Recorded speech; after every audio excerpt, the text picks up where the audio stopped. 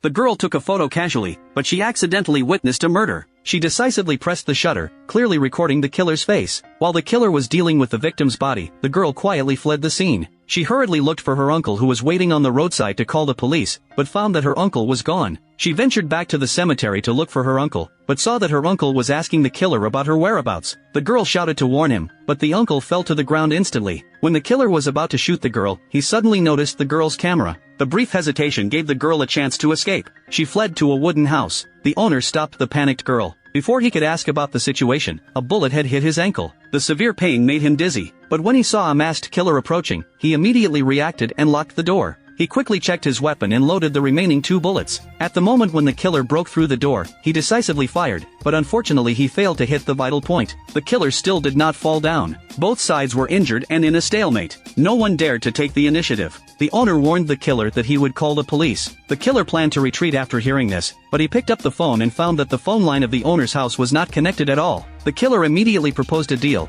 As long as the girl was handed over, the owner would be let go. Then when the homeowner saw the girl's horrified eyes, he remembered his son who had died young. He firmly promised the girl that he would always protect her. He asked the girl to get a medical kit to treat her wounds, and asked her to prepare a light bulb, towels, and clean water. He smashed the light bulb and scattered the fragments directly on the stairs, so that he could hear the sound of people coming upstairs. The homeowner asked the reason for the incident. The girl handed him the film, and he wrapped it in a plastic bag and asked the girl to hide in the toilet tank. The killer downstairs had lost his patience. He was angry and ready to attack. The killer fired a gun downstairs. A patrol police officer heard the gunshot, but at the moment of knocking on the door, the killer shot directly at the door. The police officer was also shot and fell to the ground. The homeowner instructed the girl to escape from the back window, but he made a sound during the action. The killer immediately chased after her and fired wildly upstairs until all the bullets were used up. At this time, the police officer who fell to the ground attracted the attention of the killer, and restocked weapons for the killer who had run out of bullets.